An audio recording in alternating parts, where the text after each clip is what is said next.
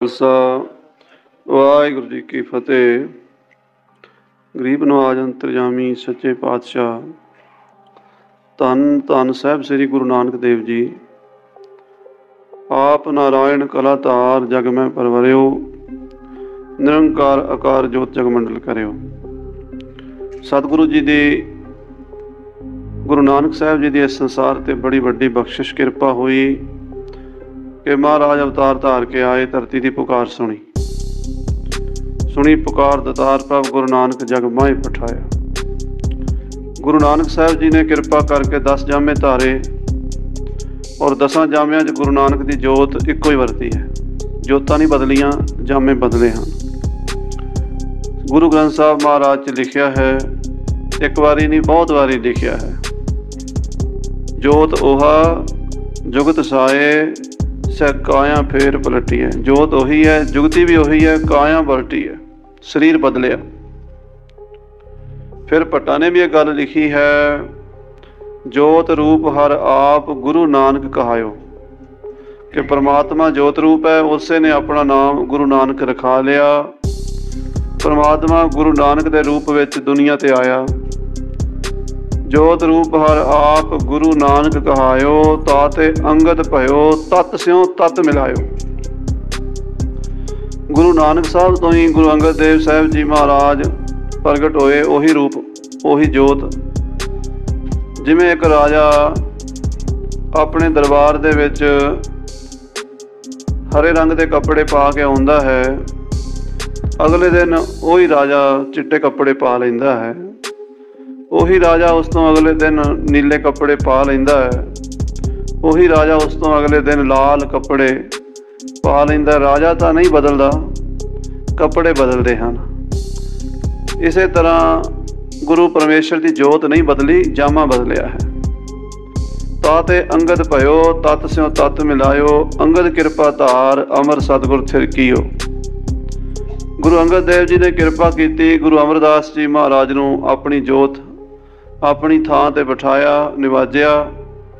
ਪਿਓ ਦਾਦੇ ਜੇਵਹਾ ਪੋਤਾ ਪ੍ਰਵਾਨ, ਪਿਓ ਦਾਦੇ ਵਰਗਾ ਪੋਤਰਾ ਹੋ ਗਿਆ। ਪਿਓ ਦਾਦਾ ਤੋਂ ਭਾਵ ਹੈ ਗੁਰੂ ਨਾਨਕ ਸਾਹਿਬ, ਗੁਰੂ ਅੰਗਦ ਦੇਵ ਜੀ ਤੇ ਫਿਰ ਗੁਰੂ ਅਮਰਦਾਸ। ਤਾਤੇ ਅੰਗਦ ਭਇਓ, ਤਤ ਸਿਉ ਤਤ ਮਿਲਾਇਓ, ਅੰਗਦ ਕਿਰਪਾ ਧਾਰ ਅਮਰ ਸਤਿਗੁਰ ਥਿਰਕੀਓ। ਅਮਰਦਾਸ ਅੰਮ੍ਰਿਤ ਛਤਰ ਗੁਰੂ ਰਾਮ ਮਹਿੰਦੀਓ। ਉਹੀ ਛਤਰ ਤਖਤ ਗੁਰੂ ਰਾਮਦਾਸ ਜੀ ਨੂੰ ਮਿਲਿਆ ਤੇ ਉਸੇ ਗੱਦੀ ਤੇ ਪੰਚਮ ਪਾਤਸ਼ਾਹ ਗੁਰੂ ਅਰਜਨ ਦੇਵ ਜੀ ਬੈਠੇ ਤੇ ਅਰਜਨ ਹਰਿ ਗੋਬਿੰਦ ਨੋ ਸਿਮਰੋ ਸ੍ਰੀ ਹਰਿ ਰਾਏ। ਸ੍ਰੀ ਹਰਿ ਕ੍ਰਿਸ਼ਨ ਧਿਆਈਐ ਜਿਸ ਡਿਠੇ ਸਭ ਦੁਖ ਜਾਏ, ਤੇਗ ਬਹਾਦਰ ਸਿਮਰਿਐ ਕਰ ਨੌ ਦਿਆਵੈ ਤਾਏ, ਸਭ ਥਾਂ ਹੀ ਹੋਏ ਸਹਾਏ। ਉਹੀ ਜੋਤ ਹੁਣ ਆ ਗਈ 10ਵੇਂ ਪਾਤਸ਼ਾਹ ਵਿੱਚ। ਗੁਰੂ ਨਾਨਕ ਦੀ 10ਵੀਂ ਗੱਦੀ, 10ਵਾਂ ਜਾਮਾ ਧੰਨ ਗੁਰੂ ਗੋਬਿੰਦ ਸਿੰਘ ਜੀ ਮਹਾਰਾਜ, ਉਹਨਾਂ ਦੀ ਗੱਦੀ ਤੇ ਇਸ ਵੇਲੇ ਬਿਰਾਜਮਾਨ ਹਨ। ਜਾਰਾ ਜਹੂਰ ਹਾਜ਼ਰਾ ਹਜ਼ੂਰ ਧੰਨ ਧੰਨ ਸ੍ਰੀ ਗੁਰੂ ਗ੍ਰੰਥ ਸਾਹਿਬ ਜੀ ਮਹਾਰਾਜ। ਔਰ ਸਾਧ ਸੰਗਤ ਜੀ, ਆਪਾਂ ਮਹਾਰਾਜ ਦੇ ਚਰਨਾਂ 'ਚ ਬੈਠੇ ਹਾਂ। 10 ਪਾਤਸ਼ਾਹੀਆਂ ਦੀ ਜੋਤ ਹਾਜ਼ਰ ਨਾਜ਼ਰ ਹੈ ਔਰ ਆਪਾਂ ਰੋਜ਼ ਗੁਰੂ ਕੀ ਬਾਣੀ ਦਾ ਪ੍ਰਵਾਹ ਚੱਲ ਰਿਹਾ ਹੈ, ਜਫਰਨਾਮਾ ਸਾਹਿਬ ਦਾ, ਉਹਦੀ ਕਥਾ ਦਾ ਆਨੰਦ ਮਾਣ ਰਹੇ ਹਾਂ। ਮਹਾਰਾਜ 10ਵੇਂ ਪਾਤਸ਼ਾਹ ਔਰੰਗਜ਼ੇਬ ਨੂੰ ਹਰ ਪੱਖ ਤੋਂ ਸਮਝਾਇਆ ਹੈ, ਹਰ ਪੱਖ ਤੋਂ, ਔਰ ਉਹਦੀਆਂ ਕਮਜ਼ੋਰੀਆਂ ਕੱਢ ਦਿੱਤੀਆਂ ਨੇ ਬਚਨਾਂ ਦੇ ਨਾਲ, ਸ਼ਬਦ ਦੇ ਨਾਲ ਉਹਦਾ ਹੰਕਾਰ ਤੋੜ ਦਿੱਤਾ ਹੈ। ਮਹਾਰਾਜ ਕਹਿੰਦੇ, ਤੂੰ ਗਾਫਲ ਮਸੋਈ ਸਪੰਜੀ ਸਰਾਏ, ਕਿ ਆਲਮ ਬਗੁਰਜਦ ਕਸੇ ਜਾ ਬਜਾਏ। ਔਰੰਗਜ਼ੇਬ ਤੂੰ ਸੁੱਤਾ ਪਿਆ, ਸੁੱਤਾ ਵੀ ਐਸੀ ਥਾਂ ਤੇ ਜਿੱਥੇ ਸੌਣਾ ਨਹੀਂ ਚਾਹੀਦਾ। ਕਿੱਥੇ ਨਹੀਂ ਸੌਣਾ ਚਾਹੀਦਾ? ਸੌਣਾ ਤੇ ਆਪਣੇ ਘਰ ਚਾਹੀਦਾ ਹੈ, ਪਰ ਤੂੰ ਸੁੱਤਾ ਪਿਆ ਵੇਟਿੰਗ ਰੂਮ ਦੇ ਵਿੱਚ, ਸਰਾਂ ਦੇ ਵਿੱਚ। ਸਰਾਂ ਉਹ ਹੁੰਦੀ ਹੈ ਜਿੱਥੇ ਰਹਿਣ ਵਾਲਾ ਘੰਟਾ 2 ਘੰਟੇ ਆਪਣੀ ਗੱਡੀ ਦੀ, ਆਪਣੀ ਬੱਸ ਦੀ, ਆਪਣੀ ਵਾਰੀ ਦੀ ਉਡੀਕ ਕਰਦਾ ਹੈ। ਜਦੋਂ ਉਹਦੀ ਗੱਡੀ ਆਉਂਦੀ ਹੈ ਬਹਿ ਕੇ ਚਲਾ ਜਾਂਦਾ ਹੈ। ਦੁਨੀਆ ਰੂਪੀ ਸਰਾਂ ਦੇ ਵਿੱਚ ਜਿੰਨੇ ਵੀ ਆਏ ਨੇ, ਆਪਣੀ ਵਾਰੀ ਵਾਰੀ ਸਭ ਚਲੇ ਜਾਂਦੇ ਨੇ। ਵਾਰੀ ਆਪੋ ਆਪਣੀ, ਕੋਏ ਨਾ ਬੰਦਾ ਧੀਰ। ਜਿਹੜਾ ਵੀ ਆਇਆ ਉਹਨੇ ਜਾਣਾ ਹੈ, ਤੂੰ ਵੀ ਜਾਣਾ ਹੈ। ਮਹਾਰਾਜ ਕਿੱਥੇ ਕਹਿੰਦੇ, ਦੇਖ ਤੇਰੇ ਵੱਡੇ ਵਡੇਰੇ ਚਲੇ ਗਏ। ਬਾਦਸ਼ਾਹ ਸ਼ਾਹ ਜਹਾਨ ਚਲਾ ਗਿਆ ਤੇਰਾ ਪਿਓ, ਤੇਰਾ ਦਾਦਾ ਜਹਾਂਗੀਰ ਚਲਾ ਗਿਆ, ਪੜਦਾਦਾ ਅਕਬਰ ਚਲਾ ਗਿਆ, ਲਗੜਦਾਦਾ ਹਮਾਯੂੰ ਚਲਾ ਗਿਆ, ਉਸ ਦਾ ਪਿਓ ਬਾਬਰ ਚਲਾ ਗਿਆ। ਚੰਗੇਜ਼ ਖਾਨ ਵਰਗੇ ਚਲੇ ਗਏ, ਫਰੀਦੂ ਵਰਗੇ ਚਲੇ ਗਏ, ਅਫਲਾਤੂਨ ਵਰਗੇ ਚਲੇ ਗਏ, ਬਾਦਸ਼ਾਹ ਬੜੇ ਗਏ, ਵਿਦਵਾਨ ਵੀ ਬੜੇ ਗਏ, ਫਿਲਾਸਫਰ ਵੀ ਬੜੇ ਗਏ, ਕੋਈ ਇੱਥੇ ਰਿਹਾ ਨਹੀਂ। ਸੇਖ ਹਯਾਤੀ ਜਗ ਨਾ ਕੋਈ ਥਿਰ ਰਿਹਾ, ਜਿਸ ਆਸਣ ਹਮ ਬੈਠੇ ਕਿਤੇ ਬੈਸ ਗਿਆ। ਜਿੱਥੇ ਆਪਾਂ ਬੈਠੇ ਹਾਂ ਸਾਧ ਸੰਗਤ ਜੀ, ਪਤਾ ਨਹੀਂ ਕਿੰਨੀ ਕੁ ਦੁਨੀਆ, ਕਿੰਨੇ ਕੁ ਲੋਕ ਇਹ ਧਰਤੀ 'ਤੇ ਹੋ ਕੇ ਚਲੇ ਗਏ ਨੇ। ਵੰਨ ਸਵੰਨੀਆਂ ਨਸਲਾਂ ਹੋ ਕੇ ਚਲੀਆਂ ਗਈਆਂ ਨੇ, ਪਸ਼ੂ ਪੰਛੀ ਅਨੇਕਾਂ ਪ੍ਰਕਾਰ ਦੇ ਹੋ ਕੇ ਚਲੇ ਗਏ ਨੇ। ਇੱਥੇ ਕੁਝ ਨਹੀਂ ਰਹਿਣਾ, ਇਹ ਚਲਦੀ ਸਰਾਂ ਹੈ। ਭਾਈ ਨੰਦ ਲਾਲ ਜੀ ਕਹਿੰਦੇ, ਮਾਂ ਸੁਬਹ ਨਾ ਦੀਦਮ ਕਿ ਸ਼ਾਮ ਨਾ ਦਾਰਦ। ਮੈਂ ਕੋਈ ਇਹੋ ਜਿਹਾ ਦਿਨ ਨਹੀਂ ਵੇਖਿਆ, ਇਹੋ ਜਿਹੀ ਸਵੇਰ ਨਹੀਂ ਦੇਖੀ, ਇਹੋ ਜਿਹੀ ਸੁਬਹ ਨਹੀਂ ਵੇਖੀ ਜਿਹੜੀ ਸ਼ਾਮ ਦੇ ਰੂਪ 'ਚ ਨਾ ਢਲੀ ਹੋਵੇ। ਮਾਂ ਮੈਂ ਸੁਬਹ ਨਾ ਦੀਦਮ, ਸਵੇਰ ਨਹੀਂ ਵੇਖੀ। ਮਾਂ ਸੁਬਹ ਨਾ ਦੀਦਮ ਕਿ ਉਹ ਸ਼ਾਮ ਨਾ ਦਾਰਦ, ਜਿਹੜੀ ਸ਼ਾਮ ਦਾ ਰੂਪ ਨਾ ਧਾਰਨ ਕਰੇ। ਜਿਹੜਾ ਦਿਨ ਆਉਂਦਾ ਉਹ ਚਲਾ ਜਾਂਦਾ, ਜੋ ਦਿਨ ਆਵੇ ਹੈ ਸੋ ਦਿਨ ਜਾਹੀ।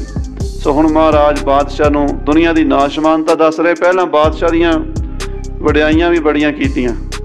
ਤੂੰ ਬੜਾ ਸੋਹਣਾ ਹੈ, ਤੂੰ ਬੜਾ ਵਿਦਵਾਨ ਹੈ, ਤੂੰ ਬੜਾ ਯੋਧਾ ਹੈ, ਤੂੰ ਬੜਾ ਅਮੀਰ ਹੈ, ਰੋਸ਼ਨ ਜ਼ਮੀਰ ਹੈ। ਪਰ ਅਖੀਰ 'ਚ ਕਹਿ ਦਿੱਤਾ ਕਿ ਅਫਸੋਸ, ਤੂੰ ਧਰਮੀ ਨਹੀਂ ਹੈ, ਤੂੰ ਸੱਚਾ ਨਹੀਂ ਹੈ। ਸਭ ਕੁਝ ਹੋਣ ਦੇ ਬਾਵਜੂਦ ਵੀ ਤੂੰ ਸੱਚਾ ਨਹੀਂ ਹੈ, ਝੂਠ ਬੋਲਦਾ ਹੈ, ਕੁਫਰ ਤੋਲਦਾ ਹੈ। ਸੋ ਹੁਣ ਮਹਾਰਾਜ ਔਰੰਗਜ਼ੇਬ ਨੂੰ ਫਿਰ ਕਹਿ ਰਹੇ ਨੇ, ਕਾਹਦੇ ਵਾਸਤੇ ਝੂਠ ਬੋਲਦਾ? ਝੂਠੀ ਦੁਨੀਆ ਲਗਨਾ ਆਪ ਵੰਜਾਈ ਹੈ, ਬੋਲੀਆ ਸੱਚ ਧਰਮ ਝੂਠ ਨਾ ਬੋਲੀਐ, ਜੋ ਗੁਰੂ ਦੱਸੇ ਵਾਟ ਮੁਰੀਦਾਂ ਜੋਲੀ ਹੈ।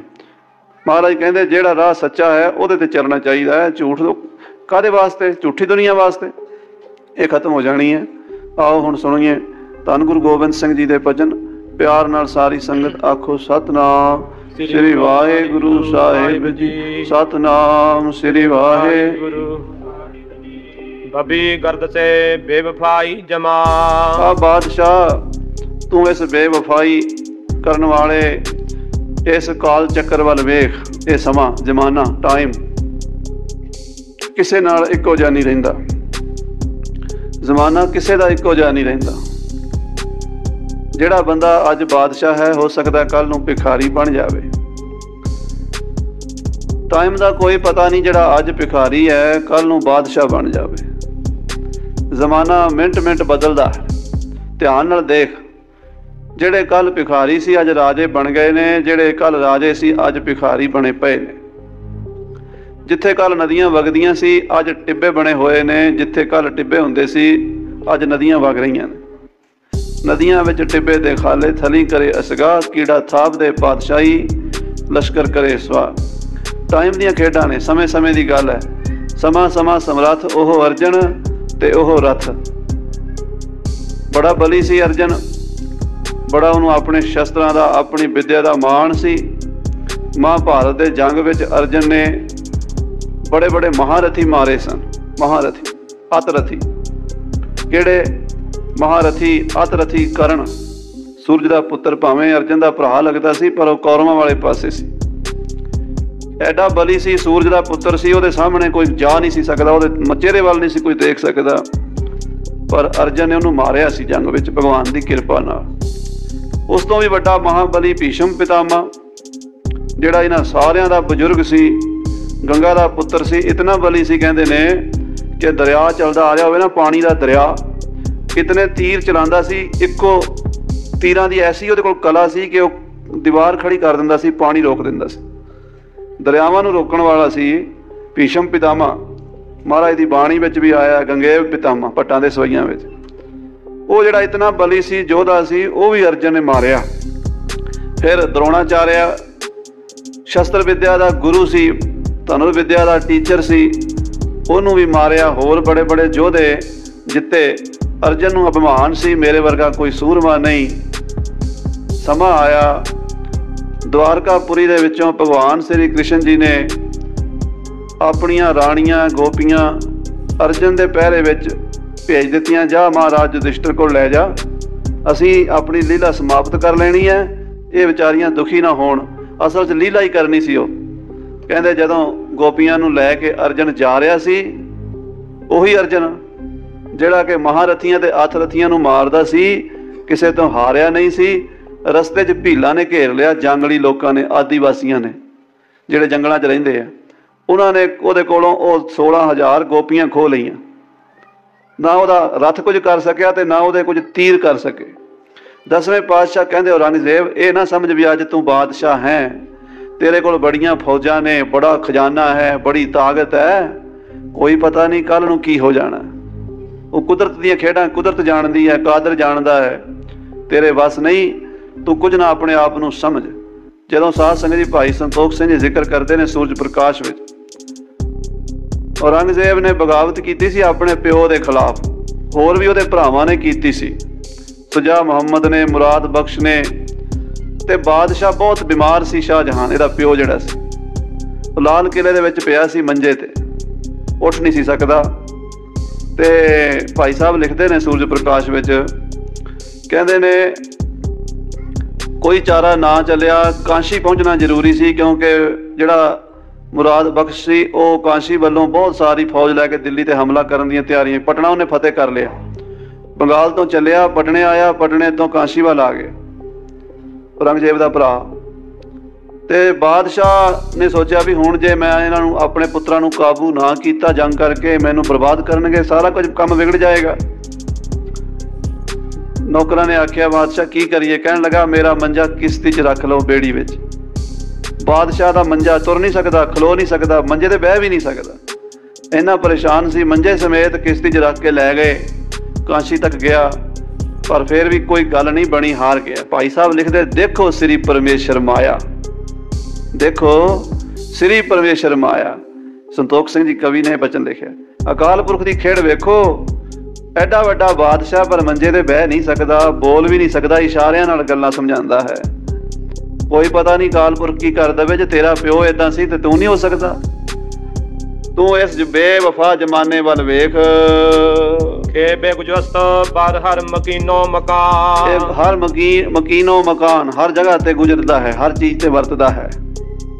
ਮਕਾਨ ਬਣਦੇ ਨੇ, ਕੋਠੀ ਬਣਦੀ ਹੈ, ਘਰ ਬਣਦਾ, ਵਧੀਆ ਤੋਂ ਵਧੀਆ ਅਸੀਂ ਉਹਦੇ ਤੇ ਮਟੀਰੀਅਲ ਲਾਉਂਦੇ ਹਾਂ। ਮਕਾਨ ਦਾ ਦਰਵਾਜ਼ਾ ਵੀ ਵਧੀਆ, ਬਾਥਰੂਮ ਵਧੀਆ, ਕਿਚਨ ਵਧੀਆ, ਲੋਬੀ ਵਧੀਆ, ਡਰਾਇੰਗ ਰੂਮ ਵਧੀਆ। ਮਿਸਤਰੀ ਨੂੰ ਕਹਿੰਦੇ ਆ ਮਾੜੀ ਚੀਜ਼ ਨਹੀਂ ਲਾਣੀ, ਪੈਸਾ ਜਿੰਨਾ ਮਰਜ਼ੀ ਲੱਗ ਜਾਏ, ਵਧੀਆ ਸੋਹਣਾ ਰੰਗ ਰੋਗਨ ਕਰੀਦਾ ਹੈ, ਚੰਗੀ ਚੀਜ਼ ਬਣਾਈ ਦੀ ਹੈ, ਦੁਨੀਆ ਵੇਖੇ ਸਾਡਾ ਮਕਾਨ ਬੜਾ ਵਧੀਆ। ਟਾਈਮ ਉਸ ਮਕਾਨ ਦੀ ਹਾਲਤ ਐਸੀ ਕਰ ਦਿੰਦਾ, ਦੇਖਣ ਨੂੰ ਜੀਅ ਨਹੀਂ ਕਰਦਾ। ਟਾਈਮ ਆਉਂਦਾ 10 ਸਾਲ 20 ਸਾਲ 50 ਸਾਲ, ਕਿੰਨਾ ਚਿਰ ਸੋਹਣਾ ਰਹੇਗਾ? ਜਿੰਨਾ ਮਰਜ਼ੀ ਸੋਹਣਾ ਮਕਾਨ ਬਣਾ ਲਓ, ਇੱਕ ਦਿਨ ਪੁਰਾਣਾ ਹੋਵੇਗਾ। ਗੱਚ ਜੇ ਲਗਾ ਗਿੜਬੜੀ, ਸਖੀਏ ਧੌਲ ਹਰੀ, ਸੇ ਭੀ ਟਹਿੰਦੇ ਡਿੱਠ ਮੈਂ, ਮੁੰਦ ਨਾ ਗਰਭ ਥਣੀ। ਗੱਚ ਜੇ ਲਗਾ ਗਿੜਬੜੀ, ਗੱਚ ਕਹਿੰਦੇ ਨੇ ਚੂਨੇ ਨੂੰ।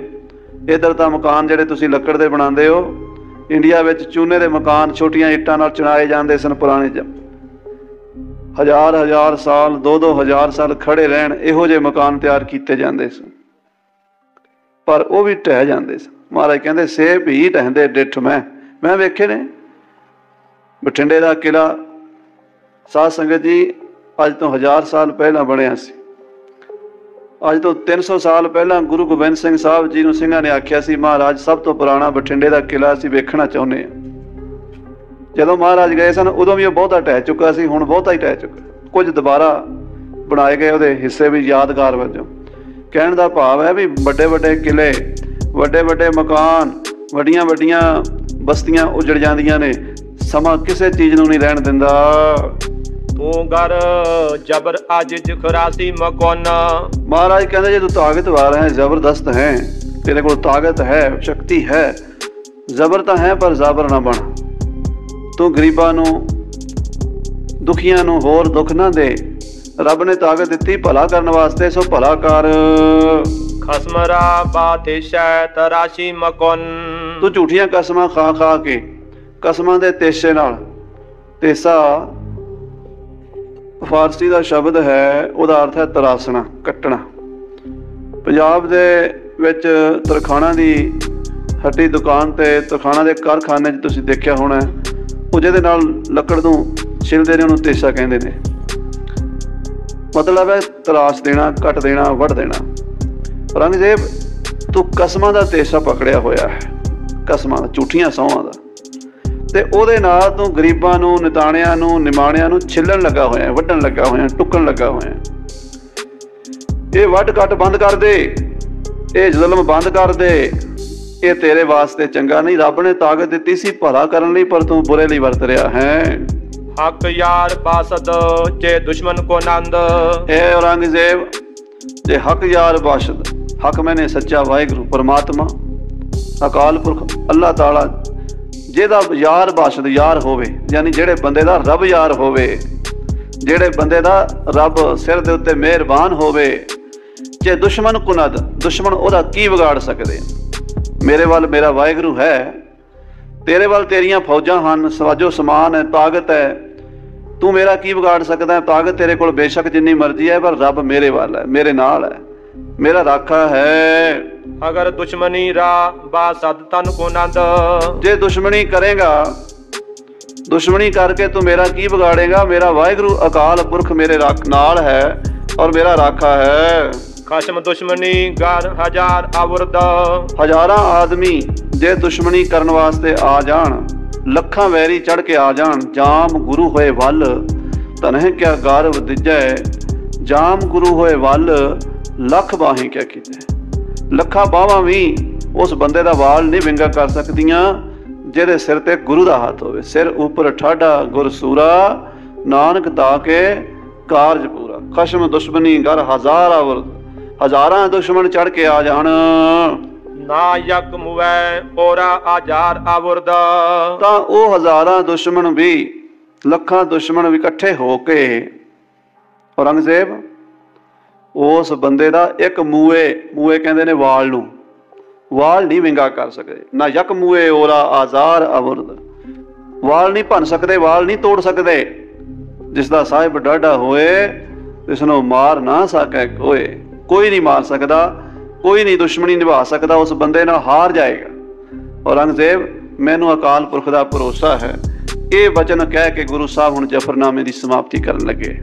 ਹੁਣ ਮਹਾਰਾਜ ਅਕਾਲ ਪੁਰਖ ਪਰਮਾਤਮਾ ਵਾਹਿਗੁਰੂ ਦਾ, ਉਸ ਪਰਮੇਸ਼ਰ ਦਾ ਉਹ ਜਸ ਗਾਇਨ ਕਰਦੇ ਨੇ ਜਿਹੜਾ ਉਹਨਾਂ ਨੇ ਆਪਣੀ ਬਾਣੀ 'ਚ ਹਰ ਥਾਂ ਤੇ ਕੀਤਾ। ਸਭ ਤੋਂ ਪਹਿਲਾਂ ਸ੍ਰੀ ਜਾਪ ਸਾਹਿਬ ਹੈ। ਸਾਰੇ ਅਕਾਲ ਪੁਰਖ ਦੇ ਕਰਮ ਨਾਮ ਵਰਣਨ ਕੀਤੇ ਹਨ। ਤੋ ਸਰਬ ਨਾਮ ਕਥਾ ਕਵਣ, ਕਰਮ ਨਾਮ ਵਰਣਤ ਸੁਮਤ। ਕਰਮ ਨਾਮ ਜਿੰਨੇ ਪਰਮੇਸ਼ਰ ਤੇਰੇ ਗੁਣ ਹਨ, ਜਿੰਨੇ ਵੀ ਗੁਣ ਹਨ, ਉਹਨਾਂ ਨੂੰ ਨਮਸਕਾਰ ਹੈ। ਨਮਸਤੰ ਅਕਾਲੇ, ਤੂੰ ਕਾਲ ਤੋਂ ਰਹਿਤ ਹੈ, ਤੈਨੂੰ ਨਮਸਕਾਰ ਹੈ। ਨਮਸਤੰ ਕਿਰਪਾਲੇ, ਤੂੰ ਕਿਰਪਾ ਦਾ ਘਰ ਹੈ, ਤੈਨੂੰ ਨਮਸਕਾਰ ਹੈ। ਬੇਅੰਤ ਗੁਣਾਂ ਦਾ ਮਾਲਕ ਵਾਹਿਗੁਰੂ, ਉਹਨੂੰ ਮਹਾਰਾਜ ਨੇ ਜਾਪ ਸਾਹਿਬ ਵਿੱਚ ਉਹਦਾ ਜਾਪ ਕੀਤਾ। ਦੂਸਰੀ ਬਾਣੀ ਸ੍ਰੀ ਦਸਮ ਗ੍ਰੰਥ ਸਾਹਿਬ ਜੀ ਦੇ ਅੰਦਰ ਹੈ ਸ੍ਰੀ ਅਕਾਲ ਉਸਤਤ ਸਾਹਿਬ। ਅਕਾਲ ਦੀ ਉਸਤਤ ਕੀਤੀ ਹੈ। ਜਿਹੜਾ ਪ੍ਰਮਾਤਮਾ ਵਾਹਿਗੁਰੂ ਕਾਲ ਵਿੱਚ ਨਹੀਂ ਆਉਂਦਾ, ਟਾਈਮ ਵਿੱਚ ਨਹੀਂ ਆਉਂਦਾ, ਜਿਹਦੀ ਹਿਸਟਰੀ ਨਹੀਂ ਲਿਖੀ ਜਾਂਦੀ, ਜੋ ਹਿਸਟਰੀ ਲੈਸ ਹੈ, ਉਹ ਪ੍ਰਮਾਤਮਾ ਮਹਾਰਾਜ ਕਹਿੰਦੇ ਹੈ ਪ੍ਰਣੋ ਆਦ ਏਕੰਕਾਰਾ, ਜਲ ਥਲ ਮਹੀਲ ਕੀਓ ਪਸਾਰਾ। ਆਦ ਪੁਰਖ ਅਪਕਤ ਅਵਿਨਾਸੀ, ਲੋਕ ਚਤੁਰਦਸ ਜੋਤ ਪ੍ਰਕਾਸ਼ੀ। ਹਸਤ ਕੀਟ ਕੇ ਬੀਚ ਸਮਾਨਾ, ਰਾਵ ਰੰਕ ਜੇ ਇੱਕ ਸਰ ਜਾਨਾ। ਫਿਰ ਮਹਾਰਾਜ ਨੇ ਬਾਣੀ ਲਿਖੀ ਬਚਿੱਤਰ ਨਾਟਕ। ਬਚਿੱਤਰ ਨਾਟਕ ਦਾ ਮਤਲਬ ਹੈ ਉਹ ਨਾਟਕ ਜਿਹੜਾ ਵਿਚਿੱਤਰ ਹੋਵੇ, ਉਹ ਤਮਾਸ਼ਾ, ਜਿਹੜੇ ਤਮਾਸ਼ੇ ਦਾ ਹਰ ਸੀਨ ਹੀ ਵੱਖੋ ਵੱਖ ਹੋਵੇ। ਆਖੋ ਸਤਨਾਮ ਸ੍ਰੀ ਵਾਹਿਗੁਰੂ। ਨਾਟਕ ਦਾ ਮਤਲਬ ਕੀ ਹੈ? ਨਾ ਟਿਕਣ ਵਾਲਾ, ਨਾ ਟਿਕ, ਜਿਹੜਾ ਟਿਕਦਾ ਨਹੀਂ, ਚੱਲੀ ਜਾਂਦਾ ਚੱਲੀ ਜਾਂਦਾ ਚੱਲੀ ਜਾਂਦਾ। ਆਖੋ ਸ੍ਰੀ ਵਾਹਿਗੁਰੂ। ਦੁਨੀਆ ਦਾ ਤਮਾਸ਼ਾ ਕਦੀ ਰੁਕਿਆ ਨਹੀਂ, ਟਾਈਮ ਚੱਲ ਰਿਹਾ, ਉਹ ਵੀ ਚੱਲ ਰਿਹਾ। ਜਿਹੜੇ ਫੁੱਲ ਵਰਗੇ ਬੱਚੇ ਪੈਦਾ ਹੁੰਦੇ ਨੇ, 40 ਦਿਨਾਂ 'ਚ ਦੁੱਗਣੇ ਹੋ ਜਾਂਦੇ ਨੇ, ਸਾਲ 'ਚ ਚੌਗਣੇ ਹੋ ਜਾਂਦੇ ਨੇ, 10 ਸਾਲਾਂ 'ਚ ਤਗੜੇ ਹੋ ਜਾਂਦੇ, 20 'ਚ ਜਵਾਨ ਹੋ ਜਾਂਦੇ ਆ, ਤੇ ਫਿਰ ਹੌਲੇ ਹੌਲੇ ਹੌਲੇ ਬੁਢੇਪੇ ਵੱਲ ਜਾਂਦੇ ਆ, ਮੌਤ ਵੱਲ ਜਾਂਦੇ ਆ। ਹਰ ਚੀਜ਼ ਬਦਲਦੀ ਰਹਿੰਦੀ, ਟਿਕਦੀ ਤਾਂ ਕੋਈ ਨਹੀਂ। ਹਰ ਦਰਖਤ, ਹਰ ਵਸਤੂ ਸੰਸਾਰ ਦੀ ਪਰਿਵਰਤਨਸ਼ੀਲ ਹੈ, ਬਦਲੀ ਜਾਂਦੀ ਹੈ। ਨਹੀਂ ਟਿਕਦਾ ਜਿਹੜਾ ਨਾਟਕ, ਉਹਨੂੰ ਕਹਿੰਦੇ ਆ ਵਿਚਿੱਤਰ ਨਾਟਕ। ਸੰਸਾਰ ਦਾ ਇਹ ਤਮਾਸ਼ਾ ਹੈ। ਗੁਰੂ ਸਾਹਿਬ ਆਪਣੀ ਕਲਮ ਨਾਲ ਲਿਖਦੇ, ਮੈਂ ਹੋ ਪਰਮ ਪੁਰਖ ਕੋ ਦਾਸਾ, ਦੇਖਣ ਆਇਓ ਜਗਤ ਤਮਾਸ਼ਾ। ਮੈਂ ਅਕਾਲ ਪੁਰਖ ਦਾ ਦਾਸ, ਇਸ ਤਮਾਸ਼ੇ ਨੂੰ ਦੇਖਣ ਆਇਆ, ਭੇਜਿਆ ਵਾਹਿਗੁਰੂ ਨੇ, ਦੇਖ ਰਿਹਾ ਹਾਂ। ਹੁਣ ਨਾਟਕ ਦੇਖਣ ਵਾਲੇ ਦੋ ਤਰ੍ਹਾਂ ਦੇ ਹਨ। ਇੱਕ ਉਹ ਵੀ ਤੁਸੀਂ ਦੇਖੇ ਹੋਣਗੇ, ਜਦੋਂ ਹੀਰੋ ਨੂੰ ਕੁੱਟ ਪੈਂਦੀ ਹੈ ਨਾ ਫਿਲਮ ਦੇ ਵਿੱਚ, ਤੇ ਉਹ ਕੁਰਸੀ ਦੇ ਨਾਲ ਸੁੰਗੜ ਜਾਂਦੇ ਆ ਵਿਚਾਰੇ ਨੂੰ। ਉਹਨਾਂ ਨੂੰ ਡਰ ਲੱਗਦਾ ਵੀ ਹੀਰੋ ਨੂੰ ਮਾਰ ਕਿਉਂ ਪੈ ਰਹੀ ਹੈ। ਜਦੋਂ ਵਿਲਨ ਨੂੰ ਮਾਰ ਪੈਂਦੀ ਹੈ ਉਹ ਕਹਿੰਦੇ ਹੋਰ ਮਾਰ, ਹੋਰ ਮਾਰ, ਹੋਰ ਮਾਰ, ਉਛਲ ਗਏ। ਉਹ ਕੀ, ਉਹ ਤਮਾਸ਼ੇ ਦੇ ਵਿੱਚ ਹੀ ਵੜ ਗਏ, ਵਿੱਚੇ ਹੀ ਵੜ ਗਏ, ਭੁੱਲ ਗਏ ਵੀ ਇਹ ਤਮਾਸ਼ਾ। ਉਹਨਾਂ ਨੇ ਉਹਨੂੰ ਸੱਚਾ ਸਮਝ ਲਿਆ। ਹੀਰੋ ਨੂੰ ਕੁੱਟ ਪਈ, ਡਰ ਗਏ। ਵਿਲਨ ਨੂੰ ਕੁੱਟ ਪਈ, ਖੁਸ਼ ਹੋਏ। ਤਮਾਸ਼ੇ ਦੇ ਵਿੱਚ ਹੀ ਖੁੱਭ ਗਏ। ਇੱਕ ਉਹ ਸਿਆਣੇ ਦਰਸ਼ਕ ਹਨ, ਉਹ ਦਰਸ਼ਕ ਇਹ ਸਮਝਦੇ ਹਨ ਇਹ ਤਮਾਸ਼ਾ ਹੈ ਬਸ। ਨਾ ਹੀਰੋ ਨੂੰ ਕੁੱਟ ਪੈਣੀ ਹੈ, ਨਾ ਖਲਨਾਇਕ ਨੂੰ ਪੈਣੀ ਹੈ, ਨਾ ਨਾਇਕ ਨੂੰ ਪੈਣੀ ਹੈ। ਇਹ ਤਾਂ ਉਹਦੀ, ਇਹ ਤਾਂ ਰਚਨ ਰਚਿਆ ਕਰਤਾਰ, ਇਹ ਤਾਂ ਰਚਨ ਰਚਿਆ ਕਰਤਾਰ, ਇਹ ਤਾਂ ਉਹਦੀ ਖੇਡ ਹੈ।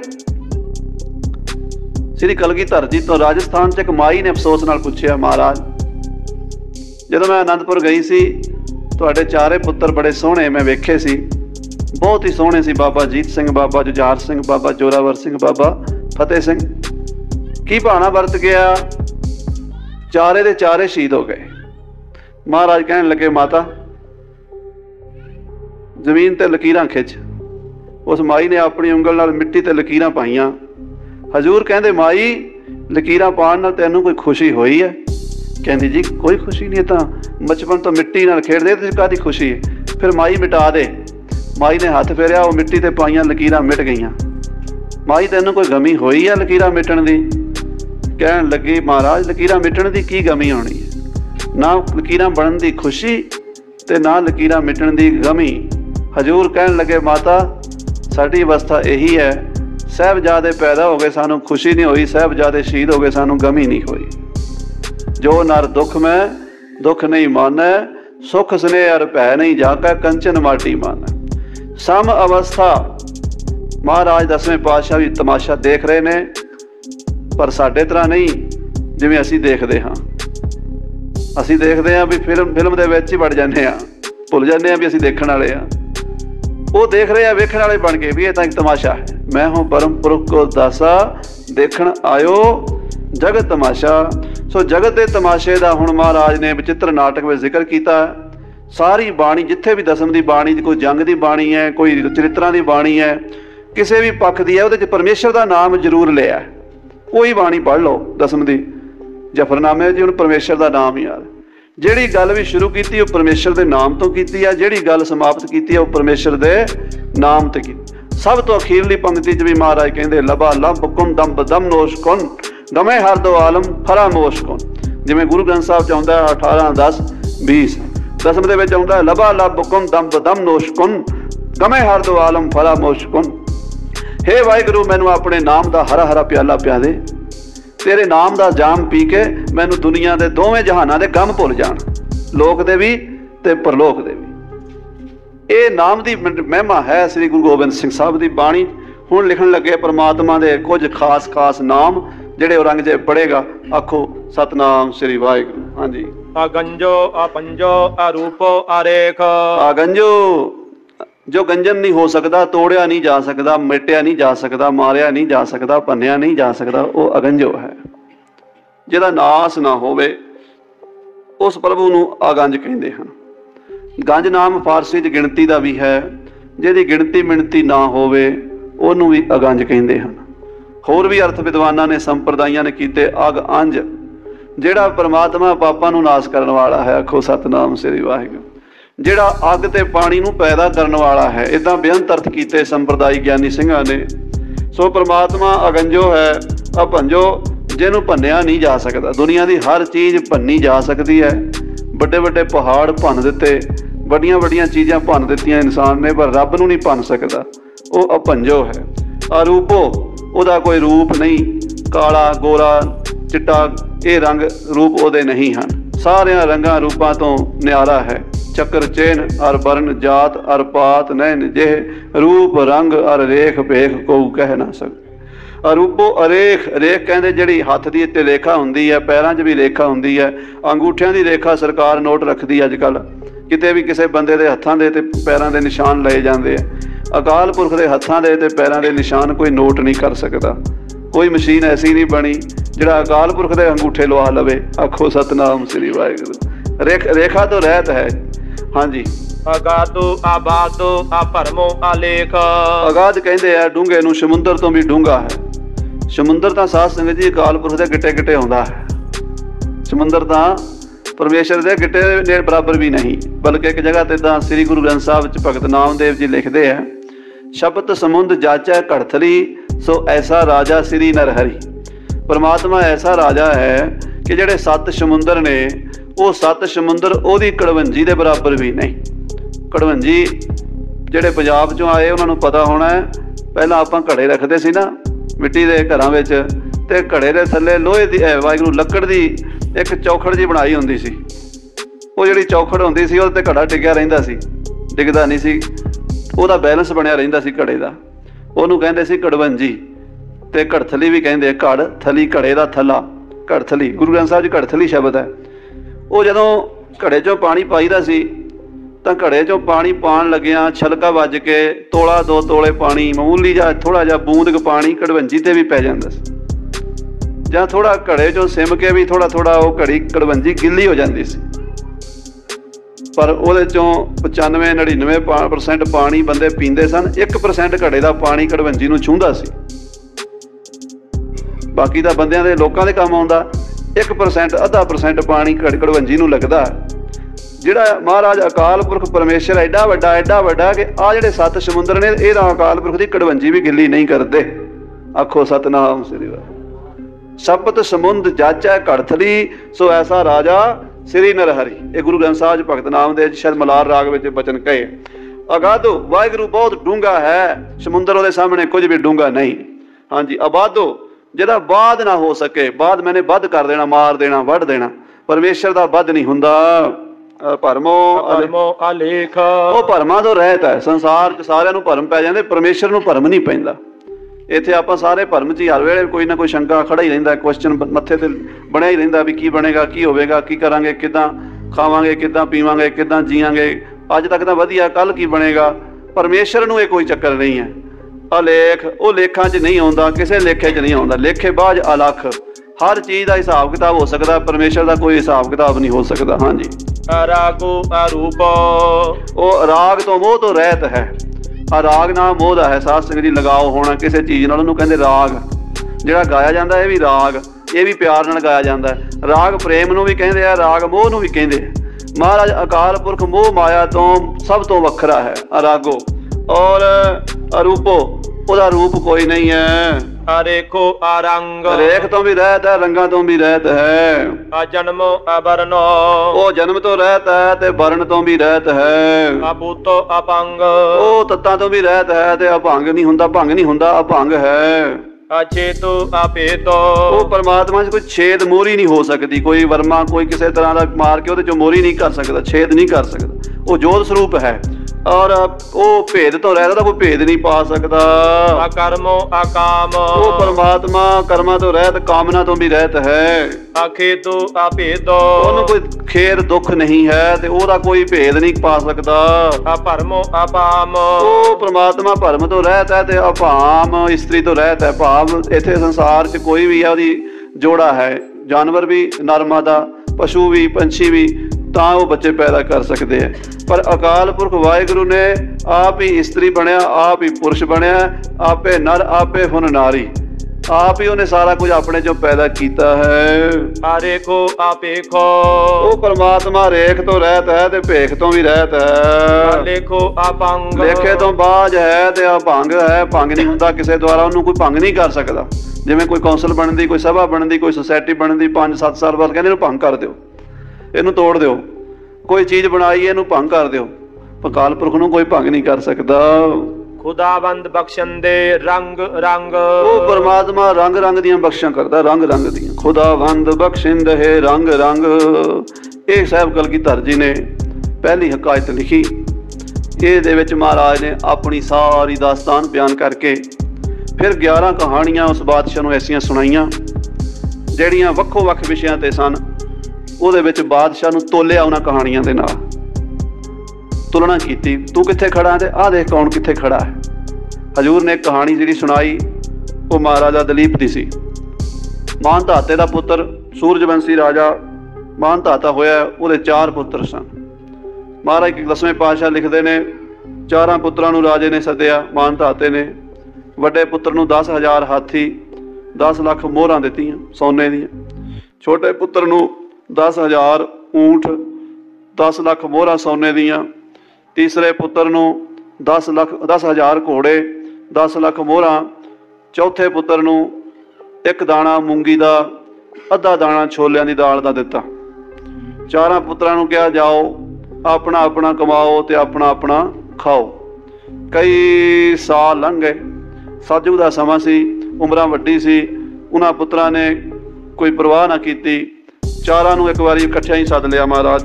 मान धाते ने कहण लगा, बच्चों ये दसो जो जो तुहानूं दित्ता सी उहदा की बणिया है। वड्डे दी वारी आई, वो कहण लगा, तुसीं मैनूं 10,000 हाथी दित्ते सी, कुछ हाथी बीमार हो गए, कुछ मर गए, कुछ जंग दे विच काम आ गए, कुछ मैं वेच दिते, जड़ियां तुसीं मोहरां दित्तियां सी वो भी मैं खा पी लईआं।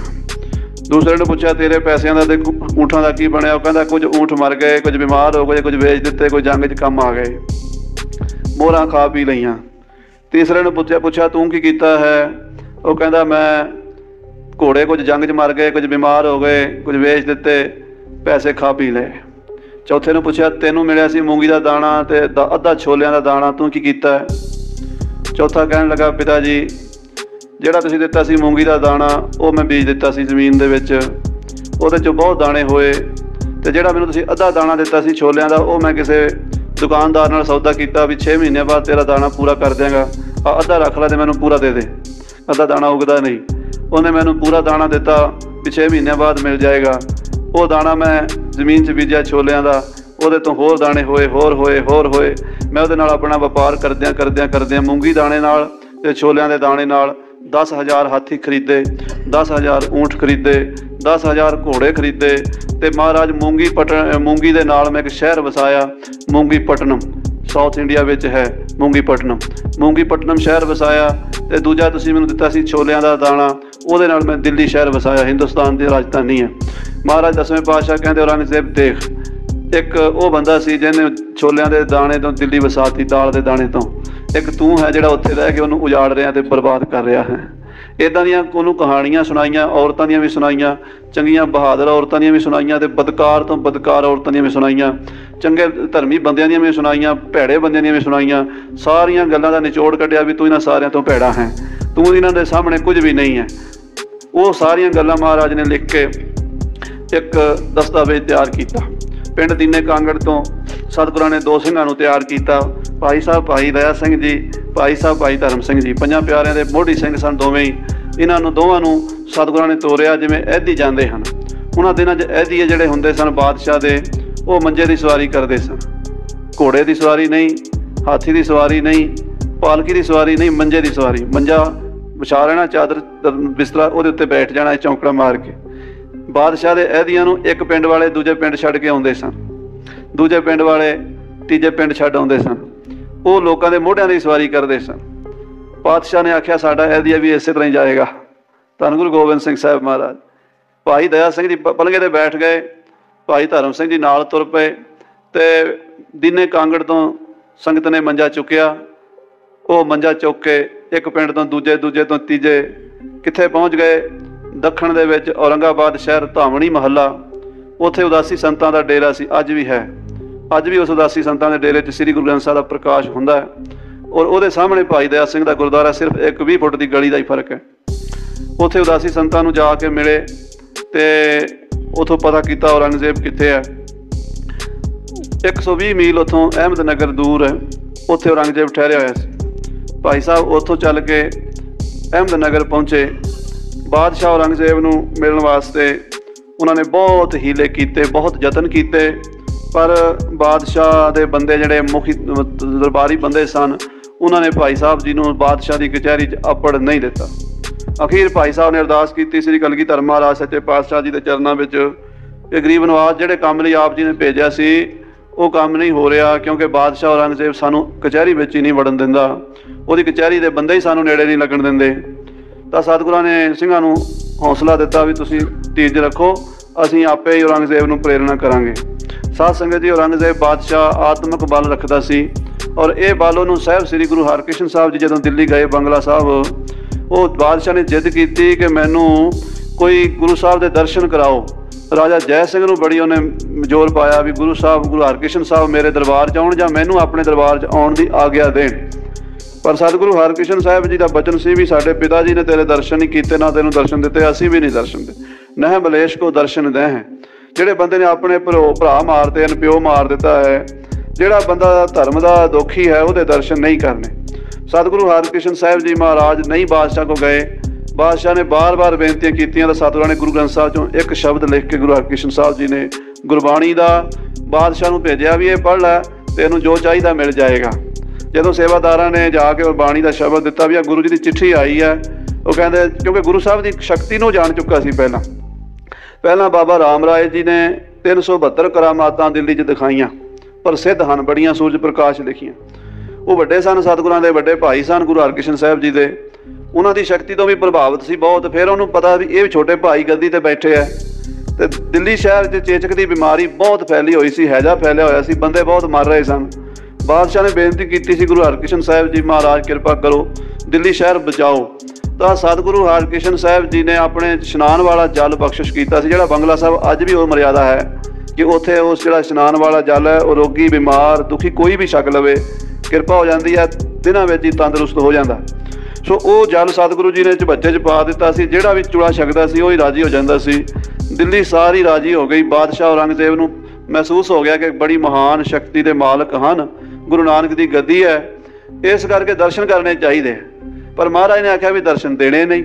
ਜੇ ਦਰਸ਼ਨ ਕਰਨੇ ਆ ਗੁਰਬਾਣੀ ਦਾ ਸ਼ਬਦ ਪੜ੍ਹ ਲੈ, ਸਾਡੀ ਇਹਦੇ ਪੜ੍ਹਨ ਦੇ ਨਾਲ ਹੀ ਤੈਨੂੰ ਜੋ ਚਾਹੇਗਾ ਮਿਲ ਜਾਏਗਾ। ਸੋ ਸਾਧ ਸੰਗਤ ਜੀ, ਔਰੰਗਜ਼ੇਬ ਨੇ ਉਹ ਸ਼ਬਦ ਪੜ੍ਹਿਆ ਅਤੇ ਉਹਦੇ 'ਚ ਇਹ ਬਲ ਆ ਗਿਆ ਵੀ ਆਪਣੀ ਸ਼ਕਤੀ ਨਾਲ ਉਹ ਗੁਰੂ ਬਾਣੀ ਦੇ ਆਸਰੇ ਨਾਲ ਉੱਡ ਕਰਕੇ ਮੱਕੇ ਚਲਾ ਜਾਂਦਾ ਸੀ। ਰੋਜ਼ ਧਿਆਨ ਲਾਉਂਦਾ ਸੀ ਅਤੇ ਮੱਕੇ ਜਾ ਕੇ ਇੱਕ ਟਾਈਮ ਦੀ ਨਮਾਜ਼ ਜਿਹੜੀ ਹੈ ਉਹ ਮੱਕੇ 'ਚ ਪੜ੍ਹਦਾ ਸੀ। ਬਹੁਤ ਸ਼ਕਤੀ ਗੁਰੂ ਘਰ ਤੋਂ ਹੀ ਮਿਲੀ ਸੀ। ਪਰ ਹੰਕਾਰੀ ਲੋਕ ਜਿਹੜੇ ਹੁੰਦੇ ਆ ਨਾ, ਇਹ ਕੋਈ ਚੀਜ਼ ਕਿਸੇ ਤੋਂ ਲੈ ਕੇ ਉਹਦਾ ਅਹਿਸਾਨ ਨਹੀਂ ਮੰਨਦੇ, ਆਪ ਕਰਤੇ ਬਣ ਜਾਂਦੇ ਆ। ਸਾਨੂੰ ਸਾਰਿਆਂ ਨੂੰ ਪਰਮੇਸ਼ਰ ਨੇ ਦਿੱਤਾ ਹੋਇਆ, ਸਾਡਾ ਕੁਝ ਵੀ ਨਹੀਂ, ਪਰ ਅਸੀਂ ਕਦੋਂ ਮੰਨਦੇ ਹਾਂ ਵੀ ਪਰਮੇਸ਼ਰ ਦਾ ਦਿੱਤਾ ਹੋਇਆ, ਆਪਣਾ ਹੀ ਮੰਨਦੇ। ਇਹੀ ਤਾਂ ਸਾਡੇ 'ਚ ਕਮਜ਼ੋਰੀ ਹੈ, ਹੋਰ ਕੀ ਹੈ। ਰੱਬ ਤਾਂ ਸਾਡੇ ਨੇੜੇ ਹੀ ਹੈ, ਪਰ ਸਾਡਾ ਹੰਕਾਰ ਨਹੀਂ ਸਾਨੂੰ ਰੱਬ ਦੇ ਨੇੜੇ ਜਾਣ ਦਿੰਦਾ। ਹੰਕਾਰ ਸੀ ਵੀ ਮੈਂ ਹੀ ਹਾਂ। ਉਹ ਇਹ ਗੁਰੂ ਸਾਹਿਬ ਦੀ ਦਾਤ ਨੂੰ ਭੁੱਲੀ ਬੈਠਾ ਸੀ, ਇਸੇ ਕਰਕੇ ਰੋਜ਼ ਜ਼ੁਲਮ ਕਰਦਾ ਸੀ, ਅਤਿਆਚਾਰ ਕਰਦਾ ਸੀ। ਮੱਕੇ ਵੀ ਜਾਂਦਾ ਸੀ। ਜਦੋਂ ਮੱਕੇ ਪਹੁੰਚਿਆ, ਸਾਹਿਬ ਕਲਗੀਧਰ ਪਾਤਸ਼ਾਹ ਵੀ ਆਤਮਿਕ ਬਲ ਦੁਆਰਾ ਔਰੰਗਜ਼ੇਬ ਨੂੰ ਮੱਕੇ ਜਾ ਘੇਰਿਆ। ਘੋੜੇ ਦੇ ਪਾਤਸ਼ਾਹ ਸਵਾਰ, ਕਲਗੀ ਲੱਗੀ ਹੈ, ਸ਼ਸਤਰਾਂ ਬਸਤਰਾਂ ਨਾਲ ਸਜੇ। ਔਰੰਗਜ਼ੇਬ ਜਦੋਂ ਨਮਾਜ਼ ਪੜ੍ਹ ਕੇ ਪਿਛਾਂਹ ਮੁੜਨ ਲੱਗਾ, ਹਜ਼ੂਰ ਦਾ ਜਲਾਲ ਵੇਖਿਆ, ਭੈਭੀਤ ਹੋ ਗਿਆ। ਮਹਾਰਾਜ ਬੋਲੇ ਨਹੀਂ, ਤੀਰ ਦੇ ਨਾਲ ਇਸ਼ਾਰਾ ਕੀਤਾ ਵੀ ਅੱਗੇ ਚੱਲ। ਉੱਥੇ ਲਾਗੇ ਹੀ ਇੱਕ ਪਹਾੜੀ ਹੈ ਜਿੱਥੇ ਸਾਧ ਸੰਗਤ ਜੀ ਹਜ਼ਰਤ ਮੁਹੰਮਦ ਸਾਹਿਬ ਜੀ ਨੂੰ ਕੁਰਾਨ ਦੀਆਂ ਆਇਤਾਂ ਉਤਰਦੀਆਂ ਸਨ। ਉਹ ਬੜੀ ਪਵਿੱਤਰ ਜਗ੍ਹਾ ਹੈ ਮੁਸਲਮਾਨਾਂ ਵਾਸਤੇ। ਉੱਥੇ ਜਾ ਕੇ ਉਹ ਨਮਾਜ਼ ਵੀ ਪੜ੍ਹਦੇ ਆ, ਉੱਥੇ ਜਾ ਕੇ ਦੁਆ ਵੀ ਕਰਦੇ। ਉਸ ਪਹਾੜ ਦੇ ਲਾਗੇ ਸੱਚੇ ਪਾਤਸ਼ਾਹ ਜੀ ਲੈ ਗਏ। ਉੱਥੋਂ ਆਕਾਸ਼ਬਾਣੀ ਹੋਈ, ਔਰੰਗਜ਼ੇਬ ਆ ਜੋ ਤੇਰੇ ਪਿੱਛੇ ਘੋੜੇ 'ਤੇ ਸਵਾਰ ਹਨ, ਇਹ ਮੇਰਾ ਹੀ ਸਰੂਪ ਹਨ, ਮੇਰੇ ਵਿੱਚ ਇਹਨਾਂ 'ਚ ਕੋਈ ਫਰਕ ਨਹੀਂ। ਤੂੰ ਇਹਨਾਂ ਦੀ ਬਹੁਤ ਬੇਅਦਬੀ ਕੀਤੀ ਹੈ, ਇਹਨਾਂ ਦੇ ਸਾਹਿਬਜ਼ਾਦੇ ਸ਼ਹੀਦ ਕੀਤੇ ਹੈ, ਇਹਨਾਂ ਨਾਲ ਕੀਤੇ ਹੋਏ ਵਾਅਦੇ ਤੂੰ ਮੁੱਕਰਿਆ ਹੈ। ਹੁਣ ਇਹਨਾਂ ਦਾ ਸਿੰਘ ਚਿੱਠੀ ਲੈ ਕੇ ਤੇਰੇ ਕੋਲ ਪਹੁੰਚਿਆ ਹੈ ਦੱਖਣ ਦੇ ਵਿੱਚ, ਤੂੰ ਉਹਨੂੰ ਵੀ ਆਪਣੇ ਦਰਬਾਰ 'ਚ ਨਹੀਂ ਵੜਨ ਦਿੰਦਾ। ਇਹਨਾਂ ਦੇ ਸਿੰਘਾਂ ਨੂੰ ਆਪਣੇ ਕੋਲ ਬੁਲਾ ਔਰ ਉਹਨਾਂ ਦੀ ਗੱਲ ਸੁਣ। ਇਹ ਹੁਕਮ ਅਕਾਲ ਪੁਰਖ ਪਰਮੇਸ਼ਰ ਵੱਲੋਂ ਐਸਾ ਆਇਆ। ਔਰੰਗਜ਼ੇਬ ਕੰਬਣ ਲੱਗ ਪਿਆ, ਕਹਿਣ ਲੱਗਾ ਹੁਣੇ ਹੀ ਮੈਂ ਜਾ ਕੇ ਪਹਿਲਾਂ ਹੀ ਇਹ ਕੰਮ ਕਰਾਂਗਾ। ਹਜ਼ੂਰ ਨੇ ਇੱਕ ਕਪੀਰਾ ਛੋਟਾ ਜਿਹਾ ਕੱਟਣ ਵਾਲਾ ਸ਼ਸਤਰ ਹੁੰਦਾ ਚਾਕੂ ਵਰਗਾ, ਉਹ ਦਿੱਤਾ। ਕਹਿਣ ਲੱਗੇ ਸਾਡੇ ਸਿੰਘਾਂ ਨੂੰ ਦੇ ਦੇਵੀਂ। ਅਤੇ ਪਾਤਸ਼ਾਹ ਆਪਣੇ ਆਸਣ 'ਤੇ ਦੀਨੇ ਕਾਂਗੜ ਆ ਗਏ। ਔਰੰਗਜ਼ੇਬ ਔਰੰਗਾਬਾਦ ਅਹਿਮਦਨਗਰ ਆ ਗਿਆ। ਆਉਂਦਿਆਂ ਸਾਰ ਉਹਨੇ ਆਪਣੀ ਹੋਸ਼ ਸੰਭਾਲੀ, ਸੁਰਤ ਆਈ, ਸਰੀਰ ਵਿੱਚ ਆਇਆ। ਕਹਿਣ ਲੱਗਾ ਕੋਈ ਸਿੰਘ ਆਏ ਨੇ ਪੰਜਾਬ ਤੋਂ, ਗੁਰੂ ਗੋਬਿੰਦ ਸਿੰਘ ਜੀ ਦੇ, ਉਹਨਾਂ ਨੂੰ ਬੁਲਾਓ। ਨੌਕਰ ਡਰ ਗਏ, ਕਹਿਣ ਲੱਗੇ ਜੀ ਉਹਦਾ ਕਈ ਦਿਨਾਂ ਦੇ ਹਜ਼ੂਰ ਨੂੰ ਮਿਲਣਾ ਚਾਹੁੰਦੇ ਆ, ਪਰ ਆਪ ਜੀ ਦਾ ਹੁਕਮ ਨਹੀਂ ਸੀ। ਬਾਦਸ਼ਾਹ ਕਹਿੰਦਾ ਹੁਕਮ ਹੈ, ਹੁਣੇ ਲੈ ਕੇ ਆਓ। ਉਹ ਗਏ। ਭਾਈ ਜੋਰਾ ਸਿੰਘ ਨਾਮ ਦਾ ਕੋਈ ਸਿੰਘ ਸੀ, ਉਹਦੇ ਘਰ ਸ੍ਰੀ ਗੁਰੂ ਗੋਬਿੰਦ ਸਿੰਘ ਸਾਹਿਬ ਜੀ ਮਹਾਰਾਜ ਦਾ ਹੁਕਮ ਜਫਰਨਾਮਾ ਲੈ ਕੇ ਭਾਈ ਦਇਆ ਸਿੰਘ ਧਰਮ ਸਿੰਘ ਜੀ ਠਹਿਰੇ ਹੋਏ ਸਨ। ਉੱਥੇ ਸੁਨੇਹਾ ਪਹੁੰਚਿਆ, ਭਾਈ ਦਇਆ ਸਿੰਘ ਜੀ ਧਰਮ ਸਿੰਘ ਜੀ ਜਫਰਨਾਮਾ ਸਾਹਿਬ ਲੈ ਕੇ ਬਾਦਸ਼ਾਹ ਦੀ ਕਚਹਿਰੀ 'ਚ ਪਹੁੰਚੇ। ਜਦੋਂ ਕਚਹਿਰੀ 'ਚ ਵੜੇ, ਗੱਜ ਕੇ ਫਤਿਹ ਬੁਲਾਈ, ਵਾਹਿਗੁਰੂ ਜੀ ਕਾ ਖਾਲਸਾ ਵਾਹਿਗੁਰੂ ਜੀ ਕੀ ਫਤਿਹ। ਕਚਹਿਰੀ ਗੂੰਜ ਗਈ। ਔਰੰਗਜ਼ੇਬ ਕਹਿੰਦਾ ਸੀ ਜਿਹੜਾ ਮੈਨੂੰ, ਉਹਨੂੰ ਪਤਾ ਸੀ ਕਿ ਜਿਸ ਦਿਨ ਕੋਈ ਆ ਕੇ ਕਹੇਗਾ ਨਾ ਵੀ ਖਾਲਸਾ ਪ੍ਰਗਟ ਹੋ ਗਿਆ, ਉਸ ਦਿਨ ਮੇਰਾ ਰਾਜ ਖਤਮ ਹੋ ਜਾਏਗਾ, ਉਸ ਦਿਨ ਮੇਰਾ ਪੁੱਠਾ ਗੇੜਾ ਸ਼ੁਰੂ ਹੋ ਜਾਏਗਾ। ਕਹਿਣ ਲੱਗਾ, ਦਇਆ ਸਿੰਘ ਜੀ ਨੂੰ ਪੁੱਛਣ ਲੱਗਾ, ਕਹਿੰਦਾ ਭਾਈ ਸਾਹਿਬ ਖਾਲਸਾ ਪ੍ਰਗਟ ਹੋ ਗਿਆ? ਨਾਲੇ ਔਰੰਗਜ਼ੇਬ ਇਹ ਕਹਿੰਦਾ ਸੀ ਵੀ ਜਿਹੜਾ ਕੋਈ ਮੈਨੂੰ ਆ ਕੇ ਦੱਸੇਗਾ ਨਾ ਵੀ ਖਾਲਸਾ ਪ੍ਰਗਟ ਹੋ ਗਿਆ, ਮੈਂ ਉਹਦੀ ਜ਼ੁਬਾਨ ਕਟਵਾ ਦਿਆਂਗਾ। ਇਹ ਵੀ ਨਾ ਕੋਈ ਦੱਸੇ, ਡਰਦਾ ਮਾਰਾ। ਇਹੋ ਜਿਹੇ ਲੋਕ ਜਿਹੜੇ ਹੁੰਦੇ ਆ ਨਾ, ਵਹਿਮੀ ਬੜੇ ਹੁੰਦੇ ਆ, ਭਰਮਾਂ 'ਚ ਬੜੇ। ਜੋਤਸ਼ੀਆਂ ਨੇ ਜੋ ਕਿਹਾ ਹੋਵੇ ਉਹ ਜੋਤਸ਼ੀਆਂ ਤੋਂ ਪੁੱਛ ਕੇ ਕੰਮ ਕਰਦੇ ਆ, ਨਜੂਮੀਆਂ ਤੋਂ। ਬਾਦਸ਼ਾਹ ਲੋਕ ਅੱਜ ਵੀ ਦੇਖੋ ਕਿੰਨੇ ਪੜ੍ਹੇ ਲਿਖੇ ਆ, ਪਰ ਇਹਨਾਂ ਚੀਜ਼ਾਂ ਦੇ ਉੱਤੇ ਬੜਾ ਵਿਸ਼ਵਾਸ ਹੈ। ਉਹਨਾਂ ਦਿਨਾਂ ਵਿੱਚ ਤਾਂ ਜ਼ਿਆਦਾ ਸੀ।